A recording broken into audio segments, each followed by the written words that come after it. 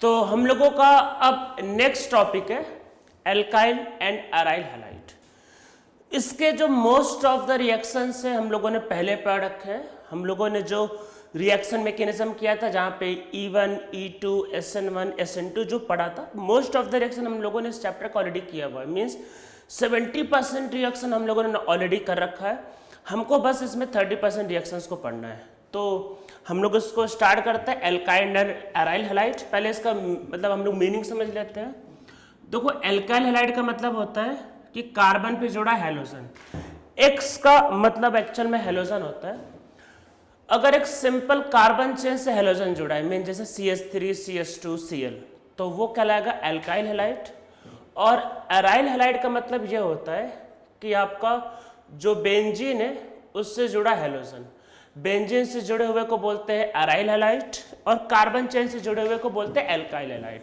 तो ये हमारा एक्चुअल में एक चैप्टर है, बहुत छोटा बहुत सिंपल सा चैप्टर है। तो और जैसा मैंने अभी आप लोगों को बताया कि इसके 70% रिएक्शंस ऑलरेडी करवा दिए गए हैं। कई बार इवन बुक में रिएक्शन मैकेनिज्म करके कोई चैप्टर नहीं होता है, तो वहाँ पे फिर क्या होता है कि जो SN1, SN2, E1, E2 होता है वो इस चैप्टर में पढ़ाया जाता है। क्योंकि आप लोगों को ऑलरेडी वो पढ़ा दिया गया है तो हमको उसको दोबारा डिस्कस करने का कोई सेंस नहीं बनता। वो हम लोगों ने ऑलरेडी बहुत डिटेल में किया हुआ है, पर फिर भी हम लोग इसमें देखते हैं कुछ रिएक्शंस के बारे में। तो हम लोग इसमें वही जो हमारा सीक्वेंस होता है, पहले प्रिपरेशन पढ़ेंगे फिर प्रॉपर्टीज पढ़ेंगे। तो हम लोग स्टार्ट करते हैं आपका प्रिपरेशन ऑफ एल्काइल हैलाइड। तो हम लोग पहले एल्काइल हैलाइड के बारे में पढ़ेंगे और फिर बाद में अराइल हैलाइड के बारे में, कि पहले ये देखते हैं कि एल्काइल हैलाइड को कैसे बनाया जा सकता है। तो उसके बहुत से रिएक्शन, मतलब बहुत रिएक्शन आप लोगों को बता रखे हैं। तो हम लोग इसमें एक एक करके देखो लिखते हैं। तो पहला लिखते हैं फर्स्ट फ्रॉम एल्कोहल। तो हम लोग एल्कोहल से इसको फॉर्म करते हैं, ठीक है। तो देखो होता क्या है बच्चों, अगर आपके पास ROH है तो अगर आप इसका रिएक्शन PCl5 के साथ करते हो तो फिर RCl बनता है और साथ में बनता है, अगर आप इसको लिखना चाहो तो ये 2 टाइम होता है, तो साथ में बनता है POCl3 एंड प्लस H2O। तो ये हमारा रिएक्शन होता है। मीन्स ये आपका अगर आप ROH का रिएक्शन, मीन्स अगर आप ROH का रिएक्शन PCl5 के साथ करोगे तो ये रिएक्शन होगा।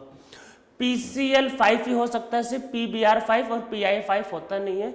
ये रिएक्शन फ्लोरीन के लिए नॉर्मली नहीं होता है। और अगर आप इसमें इन दोनों के लिए करोगे, किसके लिए, फॉस्फोरस के लिए, या फिर अगर आप करते हो मतलब ये रिएक्शन क्लोरीन के लिए होगा। ब्रोमीन और आयोडीन का तो बनता है नहीं, पर हाँ अगर आप PCl5 की जगह अगर आप ब्रोमीन या आयोडीन में मतलब PBr3 या PI3 लोगे तो आपका और भी हो सकता है। तो देखो ये पहला रिएक्शन हो गया। प्लस साथ में अगर आप ROH की रिएक्शन PX3 के साथ करते हो तो आपके पास क्या होता है, देखो यही एल्किल हैलाइड है। तो ये क्या, ये होगा क्लोरीन का है, तो ये क्या होगा, एल्किल क्लोराइड। तो इससे क्या बनेगा, this will give RX actual में, प्लस बनेगा प्लस H3PO3। इसको बैलेंस करने के लिए इसको 3 कर देते हैं। बैलेंस करना इंपॉर्टेंट नहीं है पर फिर भी, एंड दिस विल ऑल्सो भी 3। ये रिएक्शन होगा। इसमें क्या हो सकता है, इसमें PX3 हो सकता है, PCl3, PBr3 और PI3, ठीक है। देखो ये बात को ध्यान रखना है कि ऊपर वाले रिएक्शन में ब्रोमीन और आयोडीन ले सकते थे, पर आपको ये पता होगा कि PBr5 एंड PI5 एग्जिस्ट नहीं करता है, ठीक है। तो इसमें सिर्फ क्लोरीन हो सकता है।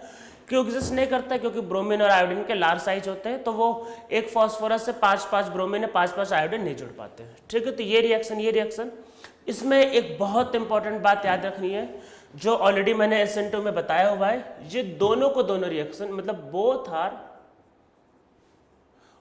Are SN2 reaction. और जब भी SN2 बोला जाएगा तो उसको सुनते ही आपके दिमाग में क्या बात स्ट्राइक करनी चाहिए, सबसे पहले SN2 बोलती है स्ट्राइक करना चाहिए रिएक्शन 1 स्टेप में होगा, इसमें कार्बोकैटायन नहीं बनेगा और इसमें रीअरेंजमेंट नहीं होगा। तो ध्यान रखना है, SN2 बोलते स्ट्राइक करना चाहिए कि 1 स्टेप में होने वाला है, कार्बोकैटायन नहीं बनेगा, 1 स्टेप में होगा, इसमें रेट ऑफ रिएक्शन में प्राइमरी प्रेफर किया जाएगा, सेकेंडरी उससे कम प्रेफर होगा। टर्सरी में SN2 रिएक्शन नहीं होता, ये बात ध्यान रखना है। और साथ में इसमें ये याद रखना है कि यहाँ पे इन्वर्जन होगा।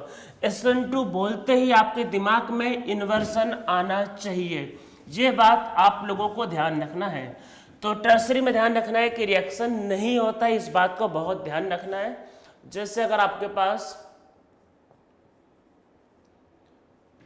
अगर एक टर्सरी अल्कोहल है और अगर आप इसका रिएक्शन PCl5 के साथ करोगे तो नहीं होगा। और वहीं पे जैसे अगर आपके पास CH3 CH2OH है, इसका रिएक्शन जैसे आप PCl5 के साथ करोगे तो this will give CH3 CH2Cl। बाकी लिखने की जरूरत नहीं, हम लोग ऑर्गेनिक केमिस्ट्री पढ़े तो हमारा ऑर्गेनिक का प्रोडक्ट यही है, बाकी को लिखने की एक्चुअल में जरूरत है नहीं, ठीक है। तो ये इसका आपके पास रिएक्शन होगा। इसमें ये बात ध्यान रखना है, इन्वर्जन होता है, इन्वर्जन। तो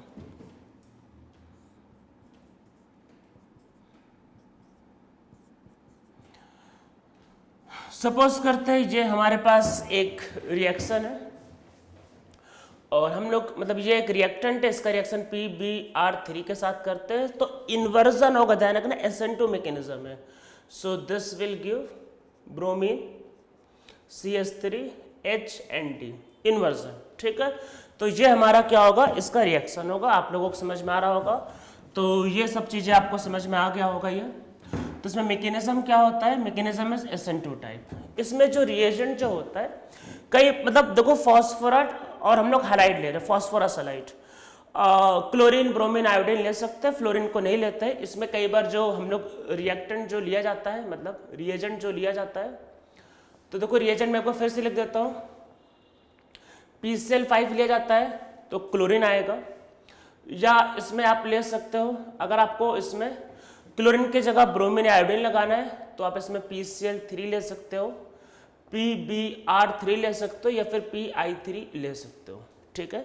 इसमें कई बार ऐसा भी हो सकता है कि आपको ऐसा रिएजेंट लिख के आ जाए red P plus X2 plus X2, ठीक है। तो इसमें भी यही होगा, अगर क्लोरीन है तो क्लोरीन मतलब Cl2 है तो क्लोरीन जोड़ देना है, अगर आपके पास ब्रोमीन है तो ब्रोमीन जोड़ देना, आयोडीन है तो आयोडीन जोड़ देना। मीन्स इसमें तीनों में एक ही कॉन्सेप्ट है, SN2 रिएक्शन, ठीक है। SN2 अगर आपके पास ROH है, ऐसा लिख के है रेड P और आपके पास लिख के है Cl2, so this will give RCl, ठीक है। समझ में आ गया SN2 मैकेनिज्म।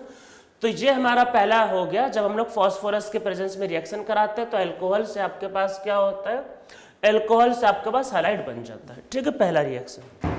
पर इसमें याद करो मैंने बताया था SOCl2, बेटा बेस्ट वाला तो अभी बचा हुआ है, बेस्ट इसमें क्या था SOCl2, ठीक है। तो पहला क्या था ये फास्फोरस वाला, फिर आगे करते हैं हम लोग वही अल्कोहल से बना रहे हैं। अगर आपके पास ROH है, इसकी रिएक्शन अगर आप SOCl2 के साथ करते हो, SOCl2 के साथ, तो देखो इसमें क्या होगा, in the presence of pyridine, pyridine याद करो लिखवाया था, तो क्या बनेगा, बनेगा RCl प्लस साथ में जो बनता है इसमें SO2 प्लस HCl, दोनों गैस के फॉर्म में उड़ जाएंगे, दोनों के दोनों गैस हैं। तो इसलिए क्या है कि इसमें यील्ड काफी अच्छा है। तो ये आपके पास समझ लो कि RCl बनाने का बेस्ट मेथड है। तो इसमें याद रखना है कि RCl बनाने का best method he yield is high, क्योंकि दो गैस रिलीज हो जाता है तो इसमें यील्ड क्या होता है, हाई होता है। इसमें ये ध्यान रखना है ये जो रिएक्शन है दिस इज SN2, ठीक है। SN2 मैकेनिज्म में इन्वर्जन करना है, ठीक है, इन्वर्जन करना होता है।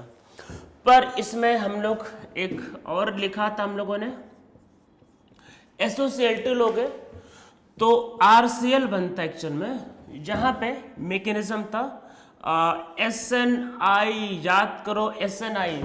कोई भी दिक्कत किसी को लग रहा हो तो आप लोग मेरे रिएक्शन मैकेनिज्म के लेक्चर में जाना, जहां पे मैंने ये अल्कोहल में मतलब SN2 करवाया, SN2 ऑन अल्कोहल, तो आपको रिएक्शन मिल जाएगा। तो ये SNI होता है, इसमें बच्चों रिटेंशन होता है, रिटेंशन। तो ये बात ध्यान रखना है। देखो JEE एडवांस और JEE मेन में नॉर्मली वैसे यही पूछेगा, पर नीट जैसे एग्जाम में या CT जैसे एग्जाम में उन लोगों को क्या होता है वही समझ लो, ज़्यादा पता नहीं होता। जब पता है नहीं तो क्या पूछेंगे, तो उसके केस में आपको ये नहीं बताना है, मतलब उसमें अगर SOCl2 आया, मान लो अगर आप नीट का एग्जाम देने गए और SOCl2 आया तो आप उसमें नॉर्मली इन्वर्जन नहीं करवाना, ठीक है। उन लोगों को ये सब इतना डिटेल में नहीं पता होता, बस उनको लगता है SOCl2 है, SN2 रिएक्शन तो इन्वर्जन करवा देना। पर नीट या CET में, पर जेई मेन एडवांस के लिए स्पेशली SOCl2 में रिटेंशन और SOCl2 पायरिडीन में इन्वर्जन, ठीक है। ये आपको समझ में आना है चाहिए कि इसमें SNI मैकेनिज्म के बारे में और डिटेल में जाना है तो आप मेरे वही बताया कि रिएक्शन मैकेनिज्म वाले लेक्चर में जाना, तो मैंने इसका मैकेनिज्म भी समझा रखा है कि इसमें क्या होता है। मैं एक लेकिन क्वेश्चन आपको करा देता हूं इसमें।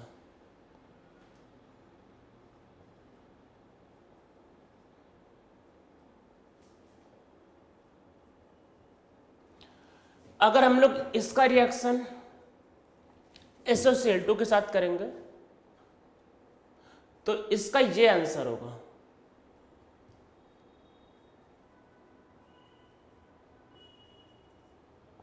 That is retention. रिटेंशन का मतलब बेटा समझ में आता ही है, जिधर से OH निकला उधर ही क्लोरीन जोड़ा, दैट इज रिटेंशन, ठीक है। SNI मैकेनिज्म होगा और इसमें होगा आपके पास रिटेंशन, ठीक है, रिटेंशन। पर अगर आप इसमें SOCl2 के साथ अगर आप पायरिडीन लेते हो तो पायरिडीन एंड पिरिडीन, ठीक है। अगर आप पिरिडीन लेते हो तो फिर पिरिडीन लेने पे आप पिरिडीन बोलते हो, पायरिडीन बोलते हो। अगर आप पिरिडीन लेते हो तो क्या बनेगा, CH3H इन्वर्जन, पिरिडीन के केस में इन्वर्जन होगा, सो Cl एंड CH2 CH3, ठीक है। ये हमारा प्रोडक्ट आएगा।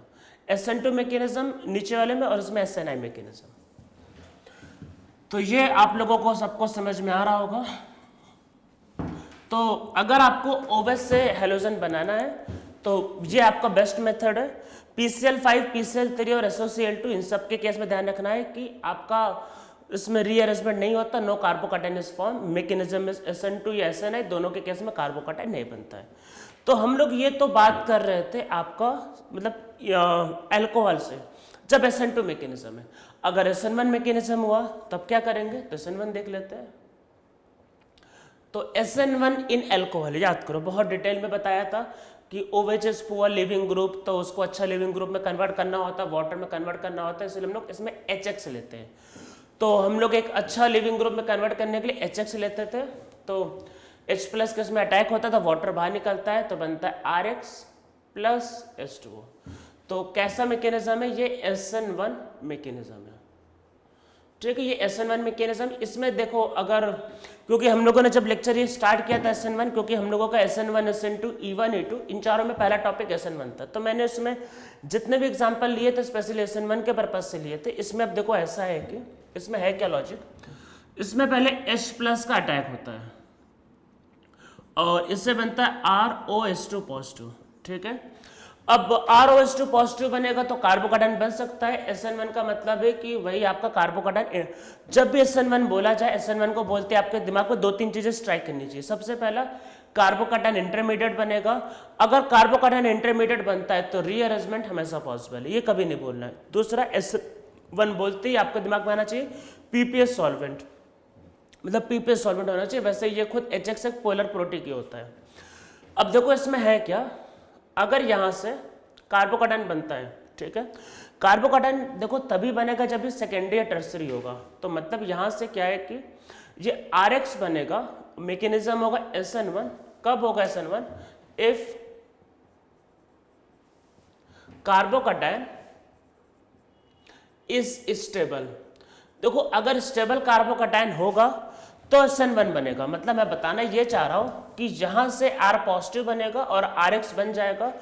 RX जो बनने का जो मैकेनिज्म होगा वो SN1 होगा। SN1 कब होगा, जब कार्बोकैटायन स्टेबल होगा। कार्बोकैटायन सेकेंडरी होगा, टर्सरी होगा, ये रेजोनेंस से स्टेबलाइज होगा।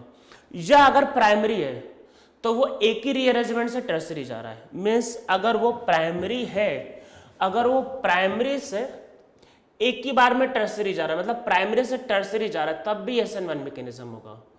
पर अगर ऐसा नहीं है, पर अगर वो प्राइमरी है या फिर पोलर प्रोटिक सॉल्वेंट, मतलब प्राइमरी है या फिर पोलर प्रोटिक सॉल्वेंट नहीं है, तो ऐसे केस में ये RX तो बनेगा, मतलब जो पर इसमें मैकेनिज्म SN2 हो सकता है। वैसे SN2 क्योंकि प्राइमरी सिर्फ हो तो ऐसा होने के चांसेस कम होते हैं, पर SN2 मैकेनिज्म हो सकता है। SN2 का मतलब ये है कि इसमें कार्बोकैटायन नहीं बनेगा। देखो अगर प्राइमरी कार्बोकैटायन है तो प्राइमरी कार्बोकैटायन पता होता है अनस्टेबल होगा।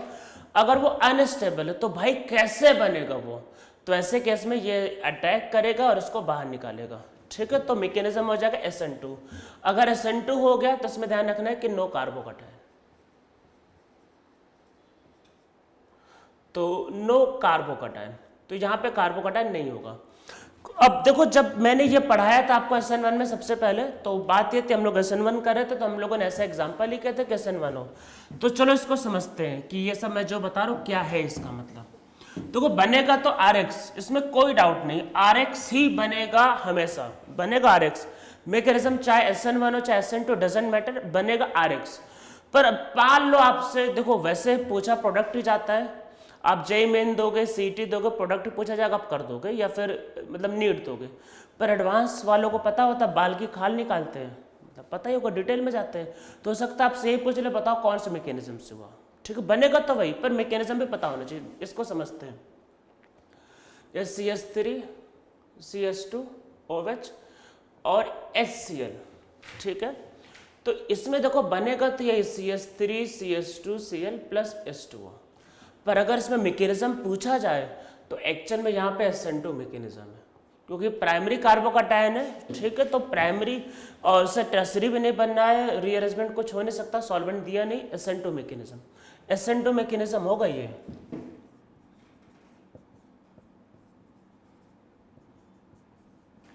पर अगर मान लो अगर ऐसा मतलब थोड़ा सा भी सेकेंडरी दे दिया, तो सेकेंडरी दे दिया क्योंकि वाटर एक बहुत अच्छा लिविंग ग्रुप होता है, water is neutral molecule, very good leaving group. तो सेकेंडरी और टर्सरी होने के बाद ये SN1 प्रेफर करेगा, SN1 प्रेफर करेगा, ये बात को ध्यान रखना है। तो यहां पे ये Br बनेगा। ठीक है, mechanism is SN1 because water is a very good leaving group.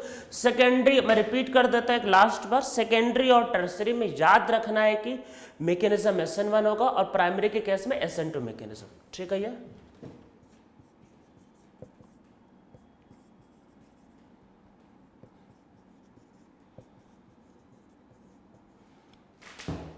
जी एक मॉलिक्यूल लेते हैं, इसका रिएक्शन हमने HBr के साथ कराया। तो देखो पहले तो बच्चों यही निकलेगा। ठीक है, और ये निकलने के बाद देखो पहले तो मान लो वाटर एक अच्छा लिविंग ग्रुप है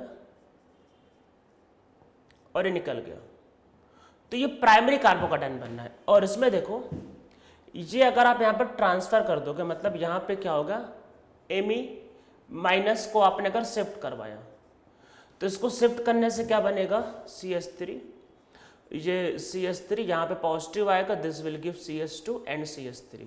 तो देखो एक ही शिफ्ट से प्राइमरी से बन गया टर्सरी, प्राइमरी से कैसा कार्बोकैटायन बनना है, टर्सरी। अगर एक ही शिफ्ट में मतलब एक ही बार करने पे अगर प्राइमरी से टर्सरी जाता है तो SN1 मैकेनिज्म होगा। So this will follow SN1 mechanism. और अगर प्राइमरी से टर्सरी नहीं जाएगा कार्बोकैटायन तो आपको ध्यान रखना है कि SN1 मैकेनिज्म नहीं होगा, फिर SN2 होगा। या फिर आप समझ लो कि देखो ये जहां पे अल्कोहल जुड़ा है ये अल्फा और बीटा, अगर बीटा पे बहुत ज्यादा कार्बन है, मतलब बीटा पे भी अगर स्टेरिक हिंड्रेंस बढ़ गया, बीटा वाले कार्बन पे भी अगर स्टेरिक हिंड्रेंस बढ़ गया तो उस केस में भी SN2 नहीं होता, SN1 होता है। SN2 जब भी भीड़ बढ़ेगी, जब भी भीड़ होगा तो SN2 नहीं करवाते हैं, क्या करवाते हैं, SN1। ठीक है, तो SN2 फिर नहीं होगा, यहाँ पे आपके पास क्या होगा, SN1। बीटा पे समझ लो भीड़ बढ़ गई या फिर प्राइमरी से हो रहा tertiary, SN1 mechanism, SN1 mechanism, carbocation का रीअरेंजमेंट होगा, ये नहीं बोलना है। अब यहाँ पे क्या जुड़ेगा, ब्रोमीन माइनस, अब यहाँ पे जुड़ेगा, so product will B MEBr CH2 CH3। So this is product, mechanism is SN1। ठीक है, आपको समझ में आ रहा होगा। तो ऑलरेडी वैसे SN1 SN2 हम लोगों ने E1 E2 पे रिसर्च कर रखा है, पर फिर भी हम लोग इस चैप्टर में थोड़ा थोड़ा ओवरव्यू फिर से लेते हुए जा रहे हैं। ठीक है, तो ये हम लोग किससे करें, ये हम लोग एल्कोहल से बना रहे हैं एक्चुअल में। तो हम लोग अल्कोहल से क्या बना रहे हैं, अल्कोहल से एल्किल हैलाइड बना रहे हैं। तो हम लोगों ने क्या है मैकेनिज्म, जैसे SN1 भी देख लिया, SN2 भी देख लिया, तो ये दोनों मैकेनिज्म देख लिए, ठीक है। अब हम लोग इसमें और मैकेनिज्म देखते हैं कि और किससे हो सकता है। पहले अल्कोहल से था, फिर हम लोग इसमें आगे करते हैं सेकंड फ्रॉम एल्केन। एल्केन से करते हैं। तो एल्केन के केस में तो बहुत ही सिंपल है, इस पे तो पूरा का पूरा एक घंटे का लेक्चर, बल्कि और ज़्यादा ही लेक्चर आपको बना रखा है। अरे वही बेटा हेलोसिनेशन, ये तो बता रखा है पूरे के पूरे 1 घंटे का लेक्चर। हेलोसिनेशन मीन्स मीथेन का रिएक्शन Cl2 के साथ अगर आप करते हो in the presence of sunlight और हाई टेम्परेचर, तो क्या बनेगा CH3Cl प्लस HCl, ठीक है। यहाँ पे हेलोजिनेशन, और हेलोजिनेशन के बारे में अगर आपको और डिटेल में जाना है तो आप मेरे हाइड्रोकार्बन के लेक्चर में जाना, उसमें प्रॉपर्टीज ऑफ एल्केन में जाना, उसमें पहला रिएक्शन हेलोजिनेशन पूरा डिटेल में रिसर्च किया हुआ है, बहुत डिटेल में, ठीक है। इसमें मतलब आपका पॉली हेलोजिनेशन होता है, एक के बाद 2 3 4 जुड़ता है, क्या होता है सब डिटेल में जाना, लेक्चर में पूरा रिसर्च किया है। ब्रोमिनेशन, क्लोरिनेशन, ब्रोमिनेशन, आयोडिनेशन पूरा रिसर्च कर रखा है, कौन सा मेजर होगा कौन सा माइनर, पूरा का पूरा रिसर्च है। तो आप वो लेक्चर पे जाकर रेफर कर सकते हो, ठीक है। हम लोग इसमें 1-2 क्वेश्चंस को कर लेते हैं।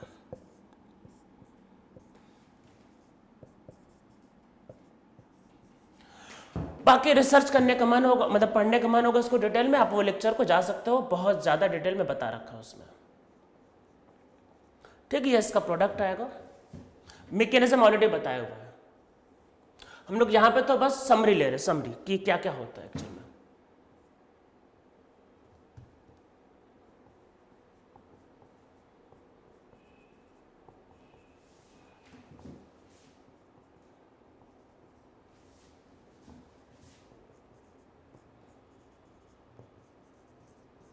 इसमें ये मेजर है, this is major in case of chlorination. मैं इसमें मेजर प्रोडक्ट बना रहा हूं, मेजर प्रोडक्ट, माइनर के बारे में डिस्कस नहीं कर रहा अभी। And this is major. और इसके बारे में अगर आपको और डिटेल में जाना है तो मैंने जैसे बताया कि हेलोजिनेशन के डिटेल में हम लोगों ने ऑलरेडी एल्केन में किया है, ठीक है। तो हम लोग क्या करें, हम लोग कर रहे हैं preparation of by alkyl halide. तो हम लोग बस समरी फटाफट लिखते जा रहे हैं, बस समझ लो रिएक्शंस का रिवीजन करते जा रहे हैं। और बाकी सब रिएक्शंस के बारे में ऑलरेडी सब बताया गया है, ऑलरेडी सब डिस्कस किया गया है, तो इसको यहाँ पे देखो करने का कोई सेंस नहीं बनता। तो दूसरा क्या होगा, फ्रॉम एल्केन। तीसरा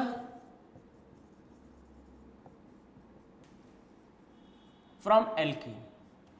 एल्कीन में देखो बच्चों बहुत वैरायटी ऑफ रिएक्शन है, मतलब बहुत ज्यादा। जैसे अरे वो जो था ना मार्कोवनिकोव रूल, भाई वो यही तो था, एल्कीन पे HBr का रिएक्शन करता था, एल्किल हैलाइड बनता था, अरे वही तो था। फिर पेरोक्साइड इफेक्ट, अरे सब स्टोरी तो बता तो रखा है, सब क्या टेंशन है। तो देखो सीधा काम के पे आते हैं।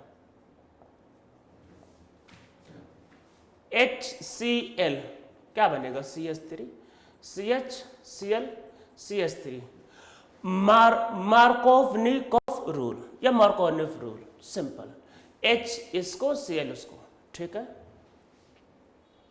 अगर आप HBr के साथ पेरोक्साइड लोगे तो बनता है CH3 CH2 CH2Br, anti Markovnikov's rule, anti Markovnikov's rule, ठीक है। तो ये होगा जिसको हम लोग कई बार खरास इफेक्ट भी बोलते हैं।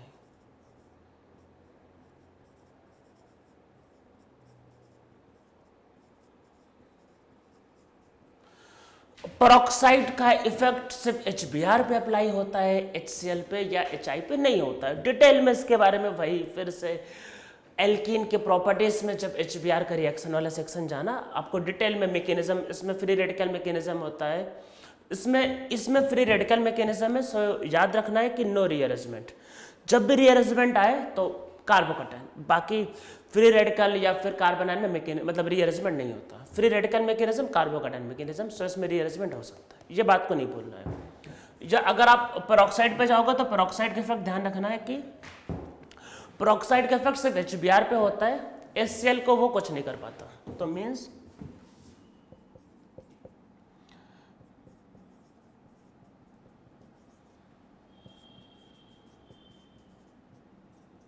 सेम प्रोडक्ट, पेरोक्साइड इसमें कुछ नहीं कर पाएगा। ठीक है,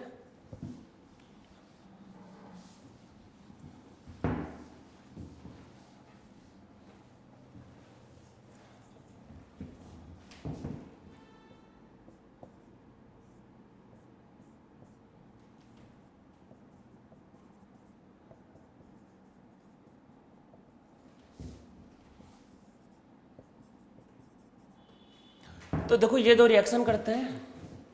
HBr के केस में जैसा बताया, free radical mechanism, no rearrangement.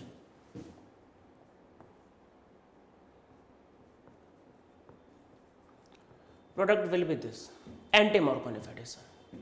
ये नॉर्मल के केस में, इसके केस में क्या होगा, जहां कार्बोकैटायन आएगा सो रिंग एक्सपेंशन होगा। रिंग एक्सपेंशन आप करवा ही सकते हो, सब बता रखा है। कोई भी डाउट है रिएक्शन मैकेनिज्म के लेक्चर में जाओ, रिंग एक्सपेंशन वाले को फिर से देखो। रिंग एक्सपेंशन करने के बाद यहाँ पॉजिटिव चार्ज आएगा, यहाँ पे एक हाइड्रोजन तो होगा ही होगा। H- को शिफ्ट करो,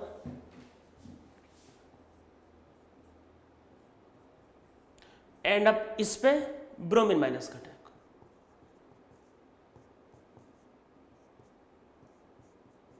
सो ये हमारा प्रोडक्ट है। ठीक है, समझ में आ रहा है कि ऐसे केस में अगर आप पेरोक्साइड लोगे तो ये बनता है, और पेरोक्साइड नहीं लिए तो वो बनता है, रिंग एक्सपेंशन हो जाता है। ठीक है, ध्यान रखना है कि फ्री रेडिकल के केस में रीअरेंजमेंट नहीं होता है, ये बिल्कुल ध्यान रखना है। और बाकी HBr ऐसे केस में क्या होता है, रिंग एक्सपेंशन हो सकता है।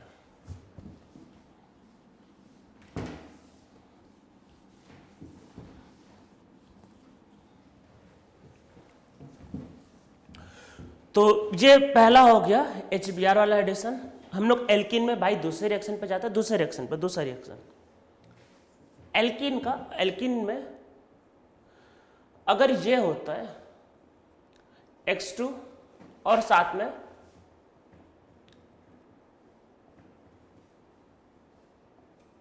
Non polar solvent like CH2 CCl4, तो क्या बनता है X CH2 CH2X।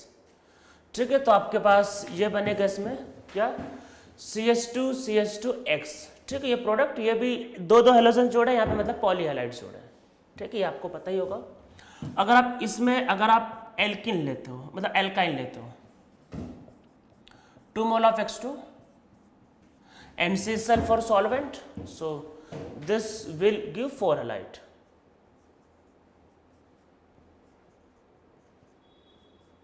ठीक है, ये हमारा प्रोडक्ट होता है। एंटी एलिमिनेशन ये सब आपको याद ही होगा सब। तो इसमें ध्यान रखना है कि एंटी एलिमिनेशन होता है और हैलाइड ही बनते हैं सारे।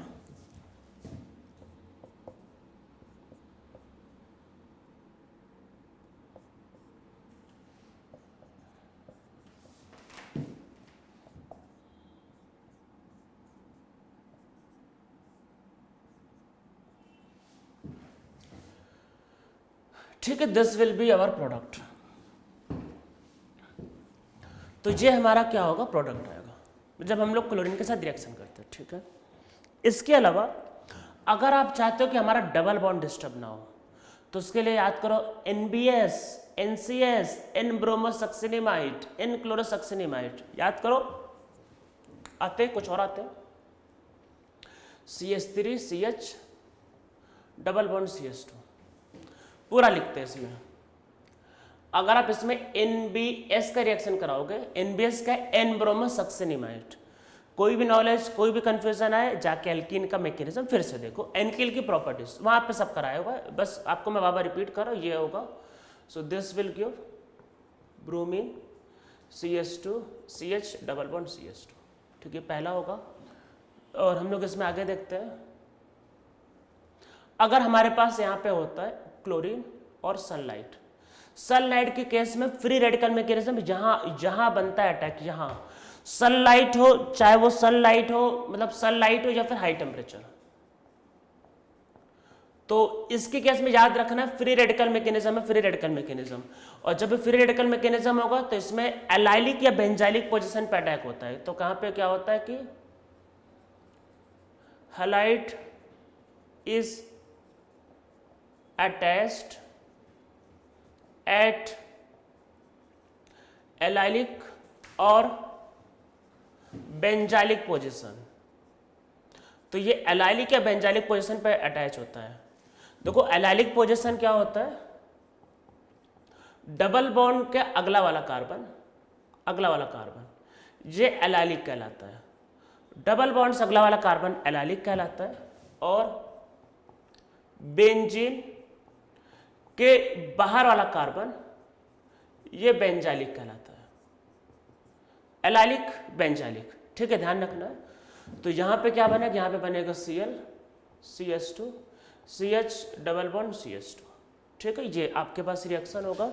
अगर सनलाइट और हाई टेम्परेचर लेते हैं तो देखो ऐसा होता है। और आप इसी मॉलिक्यूल में अगर आप इसमें CCl4 लेते हो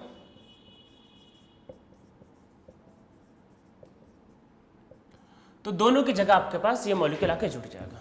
ठीक है, ये आपने लिख लिया होगा।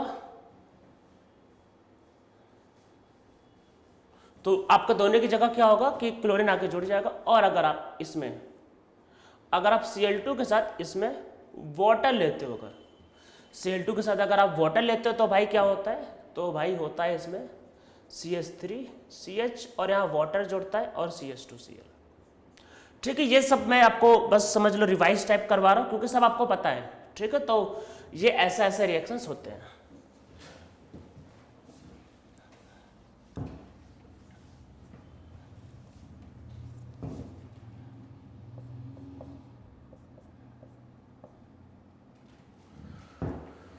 ये एक मॉलिक्यूल लेते हैं,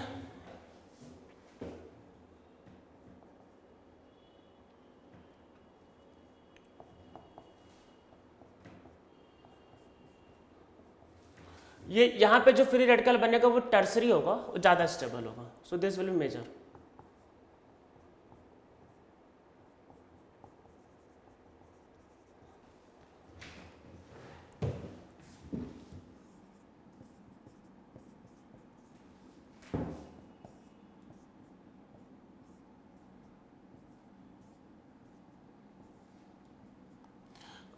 इसमें एक्चुअल में ऊपर वाले में क्या हो रहा था, मतलब जो ऊपर वाले में तो आपके पास ये सब्स्टिट्यूशन होता है, यहाँ पे सब्स्टिट्यूशन, दिस इज एडिशन। इसमें हो रहा है इलेक्ट्रोफिलिक एडिशन। यहाँ पे ऊपर वाले में होता है in the presence of sunlight और हाई टेम्परेचर होता है फ्री रेडिकल सब्स्टिट्यूशन। बस हो गया, यही इसका रिवर्स दूसरा भी बनेगा। वैसे मिरर इमेज भी किसी भी रिएक्शन में अगर कायरल कार्बन जनरेट होता है तो मिरर इमेज भी बनता है, बताइए। सो ये मॉलिक्यूल में बनेगा। ठीक है, रेसमिक मिक्सचर विल फॉर्म।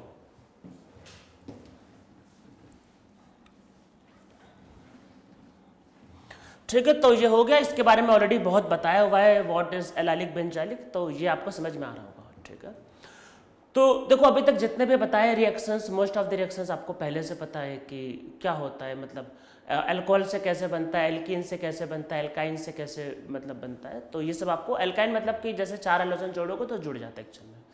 ठीक है, तो ये मोस्ट ऑफ द रिएक्शंस में पता है। हम लोग इसमें एक अलग रिएक्शन करते हैं, तो इसमें आगे 4th लिखते हैं, हुंस-डीकर रिएक्शन। हुंस-डीकर रिएक्शन, तो ये एक अलग रिएक्शन है जो आपको नहीं पता होगा। तो इसमें क्या लेते हैं, RCOOAg प्लस इसकी रिएक्शन Br2 के साथ करते हैं। Br2 तो नहीं, मतलब X2 के साथ। X2 इसमें Br2 या फिर Cl2 होता है। मतलब ये रिएक्शन नॉर्मली I2 और F2 के साथ नहीं होता। ठीक है, तो Br2 और Cl2 लेते हैं तो क्या बनता है, RX plus CO2 plus AgX। AgX का प्रेसिपिटेट बनता है और CO2 गैस उड़ जाता है। तो देखो किसी भी रिएक्शन में अगर गैस बनता है तो गैस उड़ जाता है, तो रिएक्शन बैकवर्ड होने के चांस काफी कम होते हैं। तो गैस का बनना किसी भी रिएक्शन में एक ड्राइविंग फोर्स होता है। और प्रेसिपिटेट का बनना, प्रेसिपिटेट क्या होता है, नीचे बैठ जाता है। तो किसी भी रिएक्शन में प्रेसिपिटेट का बनना भी एक ड्राइविंग फोर्स होता है। तो यहाँ पे एक प्रेसिपिटेट है, एक गैस है, तो ये रिएक्शन का यील्ड भी अच्छा खासा हाई होता है एक्चुअल में। ठीक है, तो इसमें नीचे लिखो क्या होता है, तो लिखो reaction of silver salt of carboxylic acid,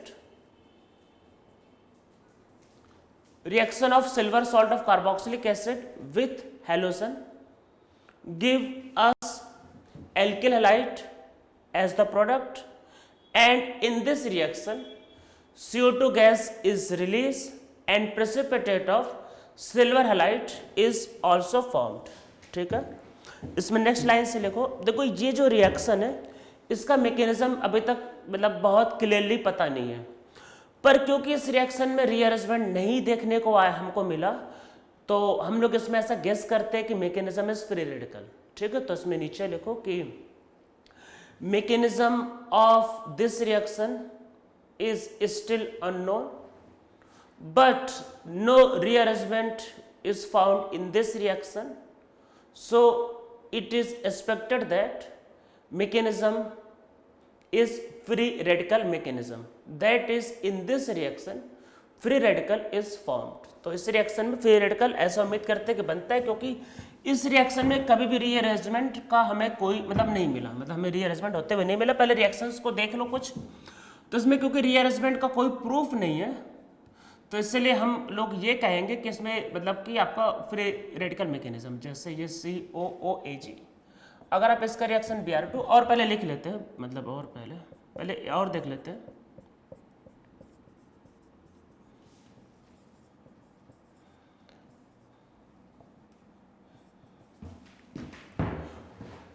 तो इसमें रीअरेंजमेंट कहीं नहीं होते हुए दिखा, तो इसमें मतलब पहले वाले में क्या बनता है CH3 CHBr CH3। ठीक, ये बनता है। नीचे वाले पे क्या बनता है, बेंजीन CH2 CH2Br मतलब Cl, ये बनता है।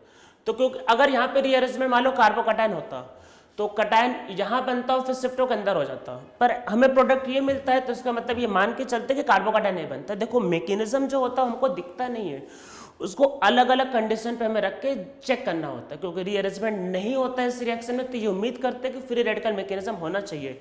बाकी मैं मैकेनिज्म के बारे में अभी आपको ओवरव्यू दे देता हूँ, पर ये ध्यान रखना है कि इसमें मतलब कार्बोकैटायन मैकेनिज्म मतलब नहीं बनता, इसमें फ्री रेडिकल बनता है। इवन आप मतलब ऐसा क्वेश्चन इवन आप समझो जेईई मेन में आ रखा है, एक्चुअल में यही क्वेश्चन था, बहुत पुराना क्वेश्चन है कि हिंस-डिकर रिएक्शन में जो इंटरमीडिएट बनता है वो क्या है, carbocation, carbon and free radical या कार्बिन, यही ऑप्शन थे।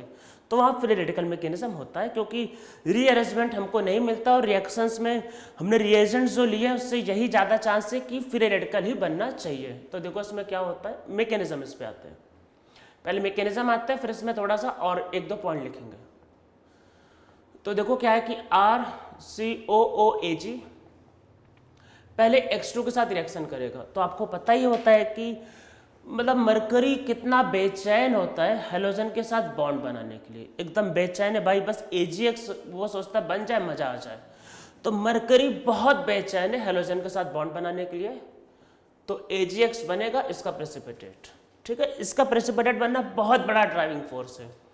साथ में बनेगा RCOOX। ठीक है, मतलब क्या हुआ देखो, RC डबल बॉन्ड O, फिर O और X, कोई भी X लो भाई, कोई भी X हेलोजन लो, कोई भी, सब पे लोन पर तो भर भर के होते हैं। फ्लोरीन बहुत इलेक्ट्रोनेगेटिव होगा, तो फ्लोरीन के केस में ये मॉलिक्यूल बहुत अनस्टेबल होगा, ये मॉलिक्यूल नहीं बनता है, इसलिए रिएक्शन फ्लोरीन नहीं देता। ठीक है, फ्लोरीन रिएक्शन नहीं देता, ध्यान रखना है क्यों, बिकॉज मतलब अगर आप यहाँ पे फ्लोरीन जोड़ोगे, फ्लोरीन का साइज पता ही होता है F2, याद करो F2 का बॉन्ड एनर्जी बहुत कम होता है, इवन क्लोरीन से भी काफ़ी कम। मैं एक बार देख लेता हूँ कि विजिबिलिटी कैसी है। ठीक है, सही है। तो आप लोगों को पता ही होता है कि जो F2 जो होता है कि F2 की जो बॉन्ड एनर्जी होती है बहुत कम होती है, क्योंकि उसमें लोन पे रिपल्सन होता है। तो F2 का साइज छोटा, ज़्यादा लोन पर बहुत भयंकर रिपल्सन होता है, तो वो क्या होता है, स्टेबल बहुत कम होता है। तो अब यहाँ पे भी देखो ऑक्सीजन पे भर भर के लोन पर, F का साइज छोटा, लोन पर रिपल्सन, तो ये मॉलिक्यूल बहुत अनस्टेबल होता है, इसलिए नहीं बनता, मतलब कि RCOOF इज वेरी अनस्टेबल। और क्योंकि ये अनस्टेबल होता है तो इसलिए हम लोग इसको फॉर्म नहीं करते, so this is not form. तो इसलिए ध्यान रखना है कि फ्लोरीन और आयोडीन रिएक्शन में नहीं जाते। फ्लोरीन का तो रीजन समझ में आ गया कि RCOOF is very unstable, so fluorine does not give this reaction, ठीक है, इसलिए फ्लोरीन रिएक्शन नहीं देता। अब जैसे ये बन गया तो देखो, चाहे ब्रोमीन हो या फिर क्लोरीन है तो अनस्टेबल, मतलब F के केस में बहुत अनस्टेबल है, बनता ही नहीं, पर बाकी के केस में है तो अनस्टेबल है भाई।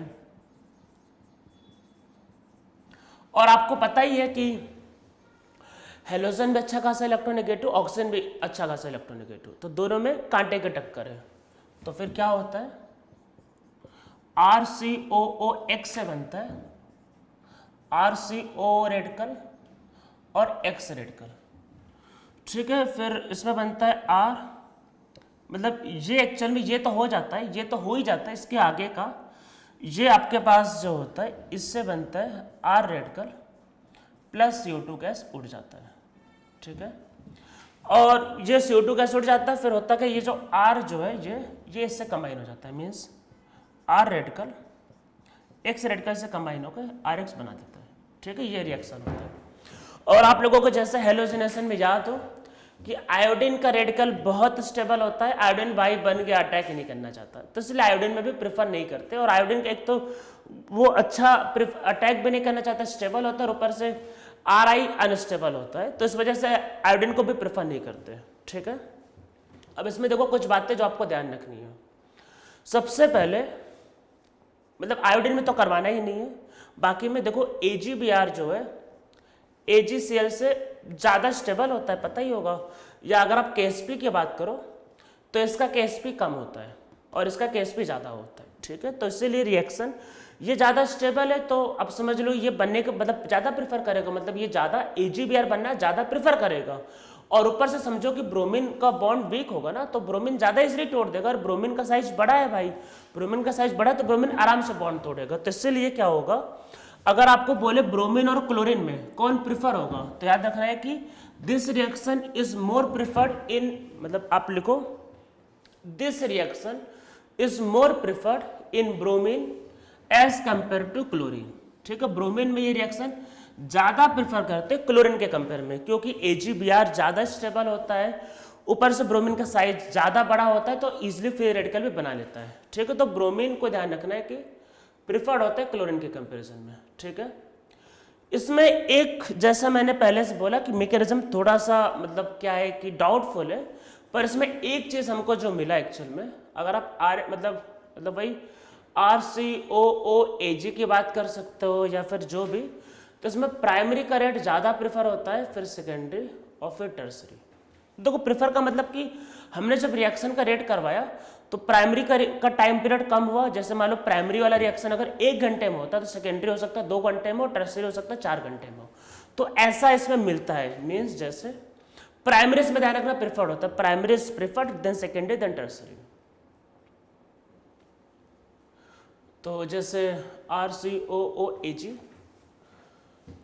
प्लस Br2 तो बनेगा RCS2 मतलब CH3 और Br बनेगा। और अगर यहाँ पे भी आपके पास जैसे ये वही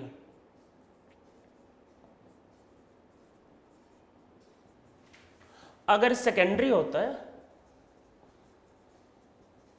तो ये इन दोनों में ये फास्ट होगा, मतलब ये ज़्यादा प्रिफर होगा और ये थोड़ा स्लो होगा, ठीक है। और एग्जैक्टली मैकेनिज्म मैं आपको बता रहा हूँ कि अननोन है, इस फैक्ट को एक्शन में आप ज़्यादा एक्सप्लेन नहीं कर सकते कि ऐसा क्यों होता है, मतलब क्योंकि बताया ना मैकेनिज्म ज़्यादा हमें पता नहीं है, ये फैक्ट थोड़ा सा अननोन टाइप है ये।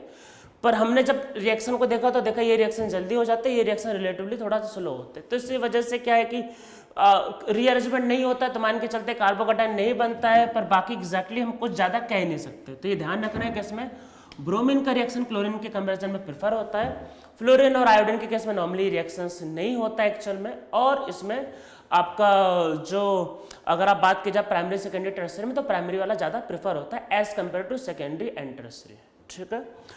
तो ये आपको समझ में आ रहा होगा, ये हम लोग कह रहे हैं प्रिपरेशन के बारे में। तो मोस्ट ऑफ द प्रिपरेशन के रिएक्शंस हमने कर लिए मतलब, और बाकी SN1 SN2 मतलब SN1 SN2 और हाइड्रोकार्बन हमने काफ़ी रिएक्शंस ऑलरेडी किए हुए हैं।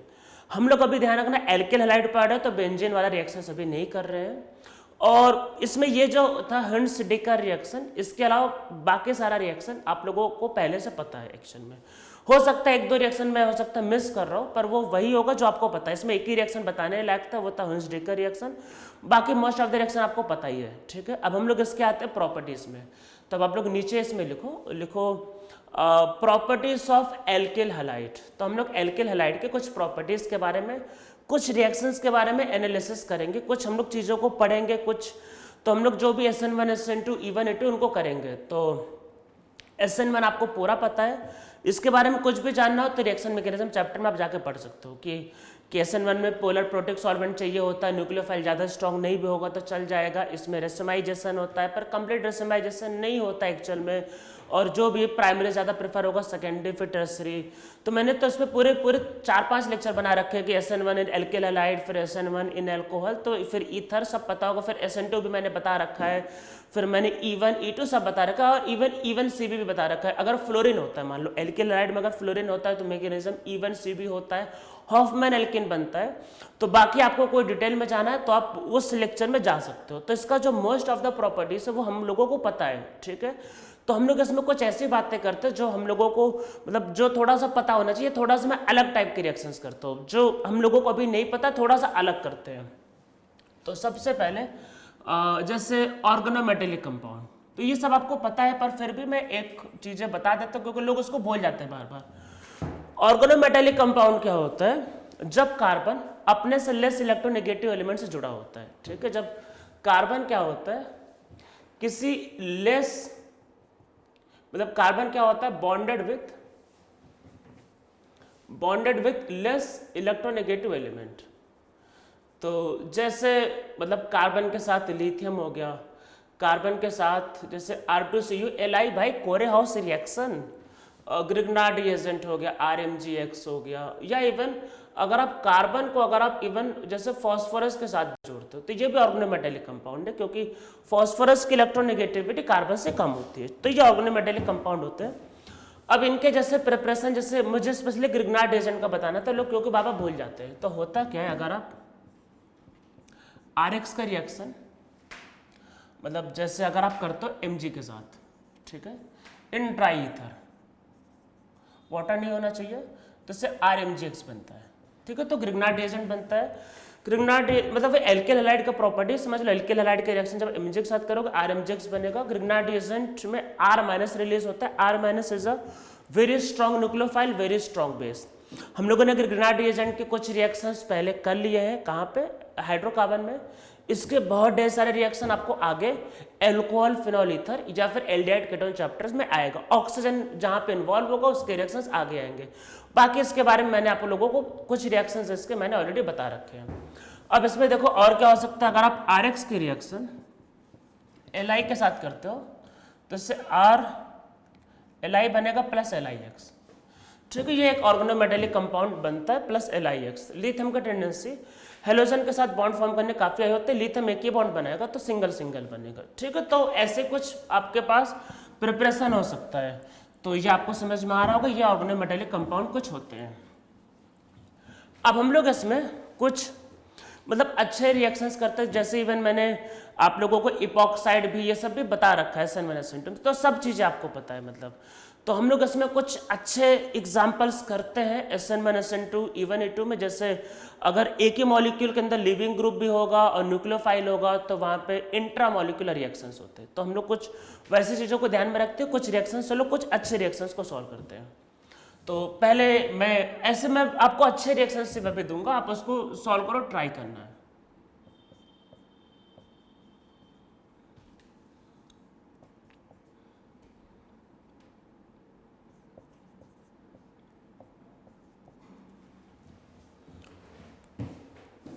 बल्कि हेलोजन जोड़ते हैं, यहाँ पे हेलोजन Cl और यहाँ पे लिया वाटर पीपीएस सॉल्वेंट, मतलब भाई वाटर लिया, भाई पीपीएस सॉल्वेंट लिया है तो मैकेनिज्म विल बी SN1, ठीक है। 7 मेंबर करेंगे तो देखो दिख रहा होगा 7 मेंबर का रिंग, सो रिंग कॉन्ट्रैक्शन हो गया इसमें। 7 मेंबर का रिंग 6 मेंबर के रिंग में कन्वर्ट होता है। तो रिंग कॉन्ट्रैक्शन को करते वक्त आपको ये ध्यान रखना है कि जो कार्बोकेटायन बनेगा स्टेबल बनेगा। तो रिंग कॉन्ट्रैक्शन देखो मैं आपको दिखा देता हूँ कि वही स्टेबल, तो 1 2 3 पता ही होगा क्या होता है। मतलब इसमें 2 और 3 के बॉन्ड को तोड़ना होता है और 1 और 3 के बॉन्ड को जोड़ना होता है। सीक्वेंस याद होगा, नंबरिंग कार्बोकेटायन से करते हैं, 2 और 3 के बॉन्ड को तोड़ना होता है, 1 और 3 के बॉन्ड को जोड़ना होता है, कार्बोकेटायन 1 से 2 पे ट्रांसफर होता है। सो ये क्या बनेगा,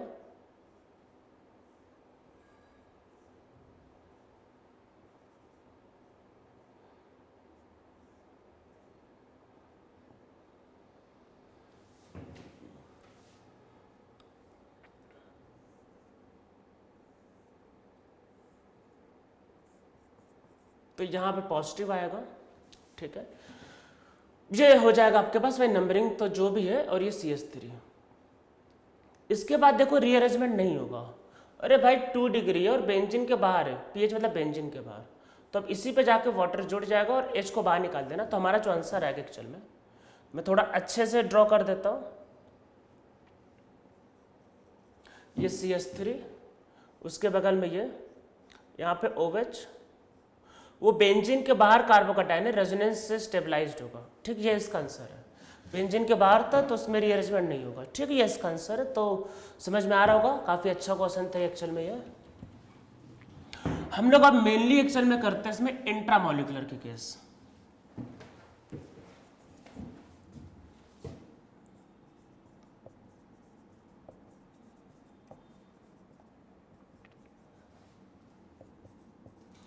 जैसे ये एक मॉलिक्यूल है, इसमें लिखना चाहो लिख लो इंट्रामोलिकुलर रिएक्शन। हम लोग सारा फोकस अभी इंट्रामोलिकुलर वाले पे करेंगे, कुछ अलग से रिएक्शंस। अगर आप इसका रिएक्शन सोडियम के साथ करते हो तो देखो सोडियम क्या होता है, एसिडिक हाइड्रोजन को ले लेता है। आपको मैंने बताया है वैसे हाइड्रोकार्बन में अगर कहीं पे भी एसिडिक हाइड्रोजन होगा तो सोडियम उसको ले लेता है। तो सोडियम भाई इसको बाहर ले लेगा, H को बाहर निकाल लेगा, ठीक है। जब H बाहर निकलेगा मतलब हाइड्रोजन गैस को बाहर निकाल देगा, देखो यहाँ पे आएगा माइनस चार्ज, ठीक है। ये माइनस आया, एक न्यूक्लियोफाइल, अच्छा स्ट्रॉन्ग न्यूक्लियोफाइल, ये इस पे अटैक करेगा और इसको बाहर निकालेगा। तो यहाँ पे न्यूक्लियोफाइल और लिविंग ग्रुप एक ही में प्रेजेंट थे।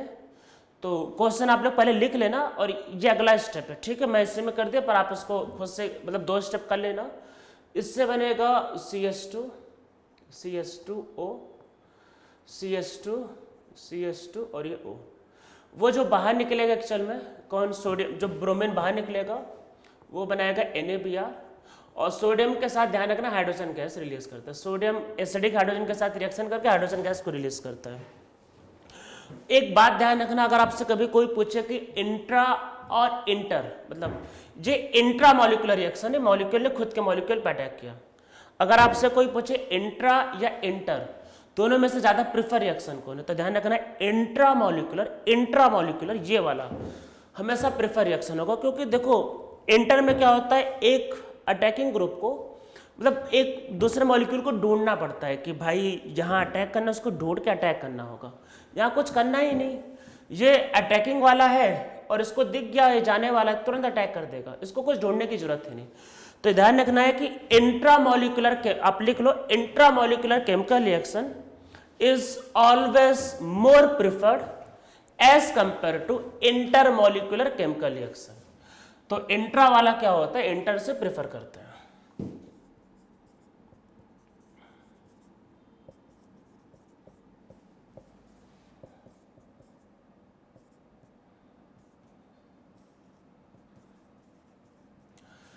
कोई बेस ले लेते हैं तो इसका H एसिडिक होगा और ये इस पर अटैक करेगा। अरे N का H एसिडिक होता है, वो अटैक करेगा। ये सोडियम लेना चाहो सोडियम ले लो। सोडियम पता होगा अमोनिया से हाइड्रोजन गैस रिलीज कर देता, तो क्या बनेगा,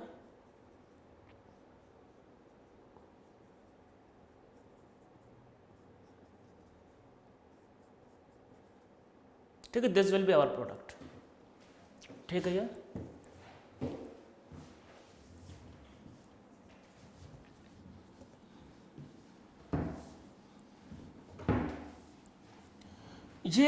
तो चलो सब समझ में आ रहा होगा।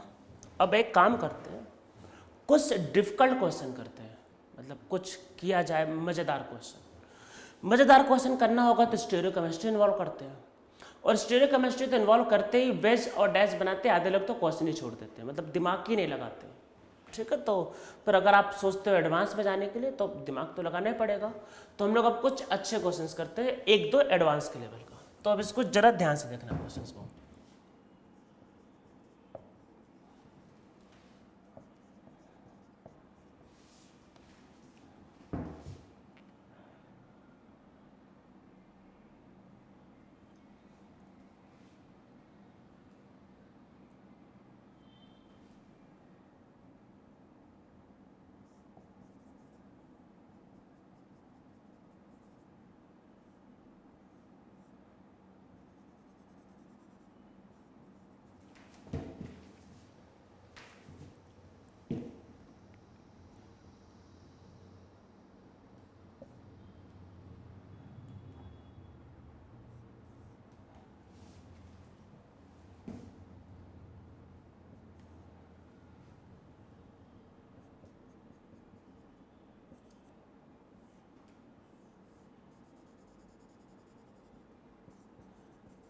मैं पहले से ये O- ले लेता हूँ, पहले से O- ले लेता हूँ। इसका रिएक्शन करते हैं। ठीक है, ऑलरेडी मान लेते हैं ये मॉलिक्यूल है। अब देखो ऐसे केस में ये जब है मॉलिक्यूल, ये एक बहुत स्ट्रांग न्यूक्लियोफाइल है, सो मैकेनिज्म विल बी SN2। ठीक है, SN2 मैकेनिज्म होगा, मतलब सेकेंडरी। तब भी क्या हुआ, देखो ये जो ये इधर से अटैक करेगा, और ऑलरेडी ये बैक साइड है। ठीक है, ऑलरेडी बैक साइड है, तो किसी की जगह पे कोई चेंज नहीं, मतलब कोई हिल नहीं पाएगा। ये ऑलरेडी बैक साइड है, इसको अटैक करेंगे, बाहर निकल जाएगा। तो देखो इसका प्रोडक्ट क्या बनेगा, ये CH2 एक्चुअल में। देखो क्या होगा, 1 2 3 4 5, मतलब C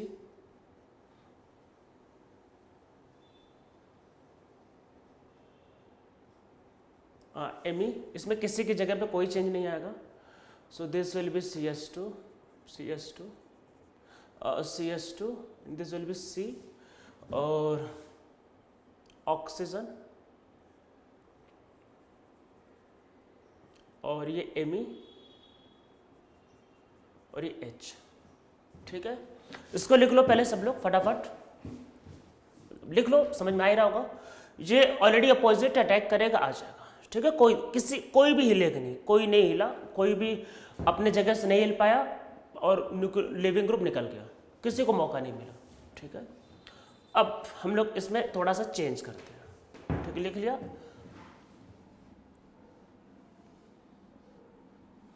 इसको मतलब ड्रॉ करने में बहुत मेहनत लगती है, तो मैंने थोड़े से इरेज किए।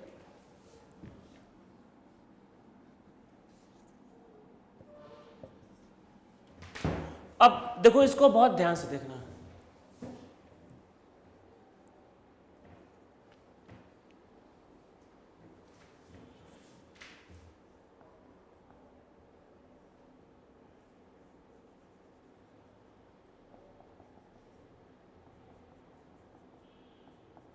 ये हमारे पास है। ठीक है, अब देखो SN2 जब होता है, SN2 में अटैक करने वाला न्यूक्लियोफाइल और लिविंग ग्रुप हमेशा अपोजिट होने चाहिए। ये SN2 में पता होगा, SN2 की कंडीशन है कि अटैक करने वाला न्यूक्लियोफाइल और लिविंग ग्रुप हमेशा अपोजिट ही होने चाहिए, हमेशा बैक साइड से अटैक होता है, एंटी। ठीक है, इसमें ब्रोमीन इधर साइड लगा है, तो ब्रोमीन को हमें पलटना है, मतलब ब्रोमीन को उल्टा करना है। तो देखो ऐसा होगा कि आप जब ब्रोमीन को उल्टा करोगे तो देखो ये तो इसी प्लेन में है, तो मतलब पर ब्रोमीन को मैंने इसको घुमा के उधर लेके गया। जो ब्रोमीन को मैं उल्टा करूंगा तो जो डैश पे था वो, अरे भाई जो नीचे था वो घूम के ऊपर आ जाएगा और ऊपर नीचे चला जाएगा। आप ऐसे समझो कि जैसे मान लो ब्रोमीन इधर था, मतलब ब्रोमीन मान लो इधर है, तो ब्रोमीन को मैं घुमा के इधर लेके जा रहा हूँ, मतलब ब्रोमीन पहले इधर था और इसको मैंने ऐसे रोटेट करके इधर लेके गया, मतलब ब्रोमीन को मैं उल्टा लेके जा रहा हूँ, क्योंकि जिधर से ये इधर से जब अटैक करेगा तो इसको मुझे उल्टा एक्चुअल में लेके जाना होगा। तो ब्रोमीन को मैं क्या करूँगा, उसको उल्टा लेके जाऊँगा, और जब मैं इसको उल्टा लेके जाऊँगा तो जैसे ये H मान लो, ऐसा समझ लो कि ये जैसे इधर इसको समझ लो ब्रोमीन, ये H, तो जब ब्रोमीन घूम के ऊपर जाएगा, मतलब मान लेते ब्रोमीन को मैं घुमा के उल्टा लेके जा रहा हूँ, तो H फिर ऊपर आ जाएगा। तो मीन्स ऐसा होगा कि आप जब इसको उल्टा लेके जाओगे तो ये पोजीशन इनका बदल जाएगा, ये ध्यान रखना है कि। तो इसमें क्या होगा कि इस ब्रोमीन को आपको घुमा के यहाँ लेके जाओगे, जब घुमा के यहाँ लेके जाओगे तो इनका पोजीशन क्या होगा, इंटरचेंज हो जाएगा। तो वेज वाला डैश पे आएगा, डैश वाला वेज पे। समझ में आ रहा है? ये जब आप इसको बैक साइड लेके जाएंगे तो ये भी घूम जाएगा और डैश वाला वेज पे आ जाएगा, वेज वाला डैश पे। तो यहाँ पे जो आंसर जो आएगा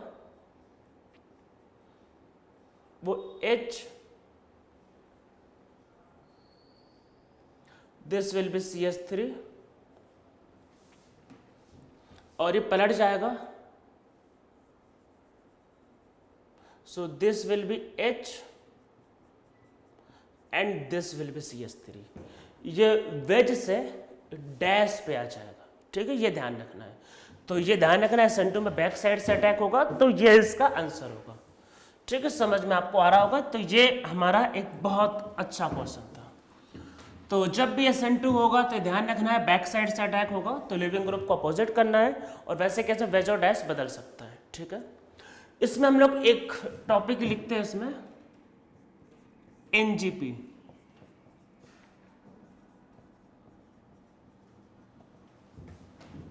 neighbouring group participation,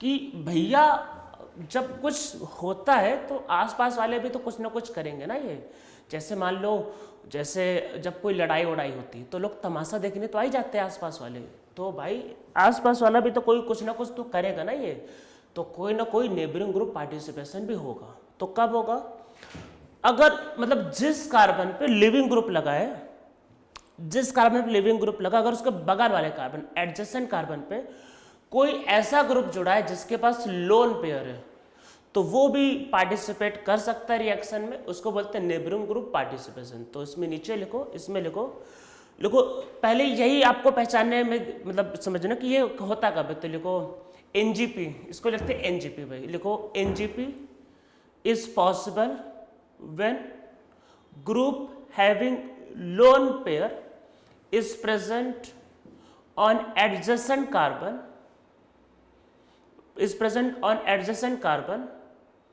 with respect to living group carbon, ठीक है, with respect to living group carbon. तो जो लिविंग ग्रुप कार्बन होता है उसके रिस्पेक्ट में एडजेसेंट वाले कार्बन पे लोन पेयर वाला कोई ग्रुप प्रेजेंट है, ठीक है। इसके केस में क्या होता है, इसके केस में मैकेनिज्म तो SN2 होता है पर रिटेंशन होता है। क्या ऐसा होता है? हाँ ऐसा होता है। इसमें नीचे लिखो in this mechanism is SN2 but retention is observed. SN2 होने के साथ साथ कैसा होता है, रिटेंशन। हाँ भाई ऐसा ही होता है, करके देखते कि क्या है, क्या इसको समझते हैं। तो पहले एक एग्जांपल चलो समझते हैं।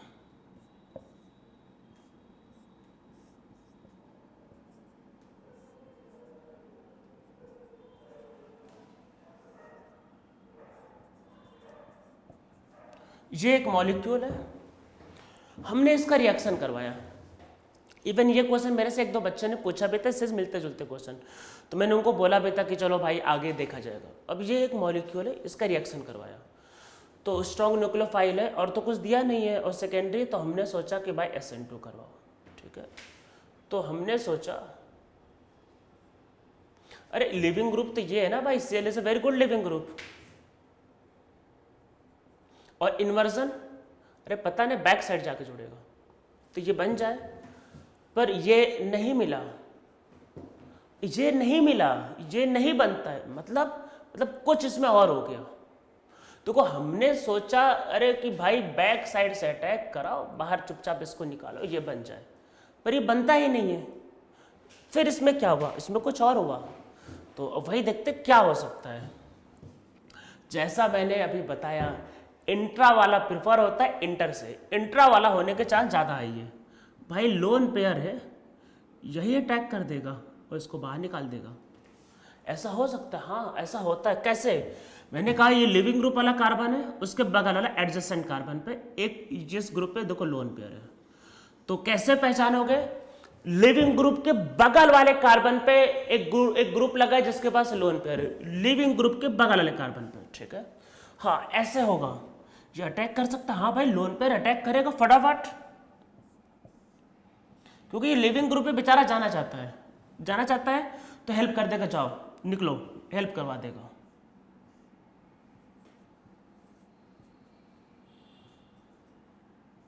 तो बाकी जो तो है पॉजिटिव चार्ज आ गया तो पहले निकल चुका है। अब देखो ये लिविंग ग्रुप हो गया ये, अब इस पे क्या होगा, MeO माइनस का अटैक और ये टूट जाएगा, तो इसमें क्या बनेगा,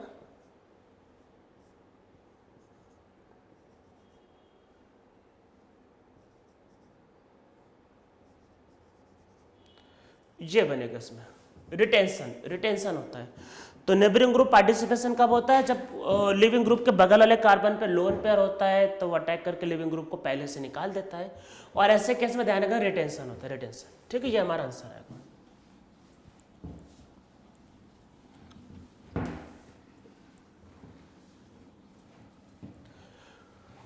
क्या इसमें कुछ मजेदार किया जाए, हो जाए कुछ अच्छा रिएक्शन मजेदार।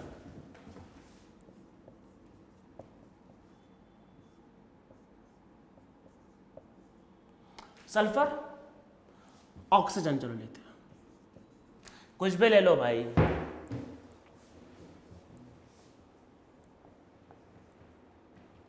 कैसे पता चलेगा नेबरिंग ग्रुप पार्टिसिपेशन, कैसे पता चलेगा, देखो हुआ क्या, हमने इसका रिएक्शन करा मतलब SH माइनस के साथ,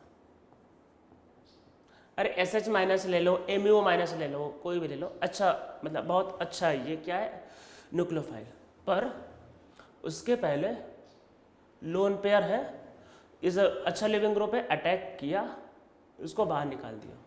अरे वो जब आएगा तो आएगा, मतलब इंटर वाला जब आएगा तो आएगा, पहले करके बैठ गया, तो क्या हुआ,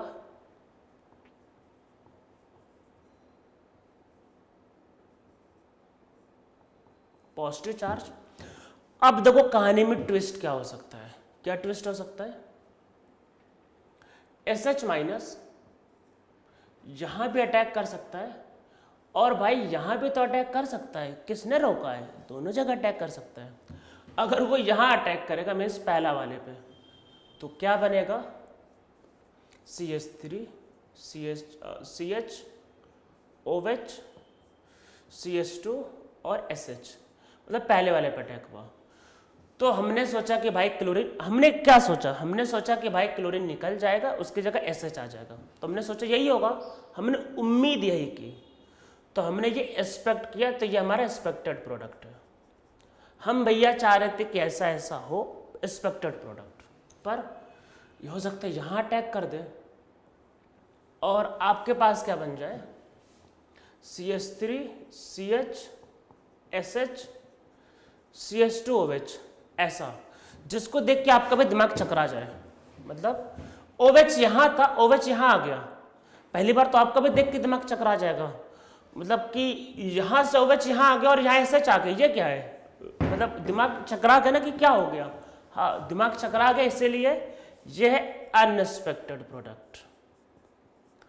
तो ये अनएक्सपेक्टेड प्रोडक्ट है, और ऐसे क्वेश्चन में आपसे पूछ सकता है व्हाट इज अनएक्सपेक्टेड प्रोडक्ट, या हो सकता है इसका बोले कि इसका प्रोडक्ट बनाओ और ये ऑप्शन में ही ना दे, और ऑप्शन में फिर वो दिया जाए, हो सकता है ऑप्शन ही गायब कर दे, मतलब हो सकता है, तो वो उसका एक आंसर है अनएक्सपेक्टेड प्रोडक्ट। जब ये 3 मेंबर रिंग बनेगा तो दोनों बनते हैं, ये प्रूफ करवाता है कि इसका जो ऑक्सीजन है वो ऐसा रिंग फॉर्म करता है, क्योंकि इस रिएक्शन में दोनों मिलते हैं, मतलब हमने जब इसका रिएक्शन इससे करवाया तो दोनों मिलते हैं, तो ये प्रूफ करता है कि यहाँ पे 3 मेंबर रिंग बीच में बनता है, ये अनएक्सपेक्टेड प्रोडक्ट हमने जो सोचा नहीं था, ठीक है, इसको बोलते हैं NGP, ठीक है। 2 एग्जांपल समझ में आपको आ गया होगा, बस यही बहुत है आपके लिए, और फिर बुकलेट में आप प्रैक्टिस इसमें और क्वेश्चंस की करना, ठीक है। ये तो NGP कब होता है, जब लिविंग ग्रुप के बगल वाले कार्बन पे क्या होता है, लोन पेयर। तो ये एल्किल हैलाइड वाला पार्ट हम लोगों का हो गया। अब हम लोग बहुत छोटा सा टॉपिक मैंने बताया, मोस्ट ऑफ द रिएक्शन हम लोगों ने ऑलरेडी किया हुआ था ये। अब हम लोग नेक्स्ट टाइम पे करेंगे इसका एराइल हैलाइड।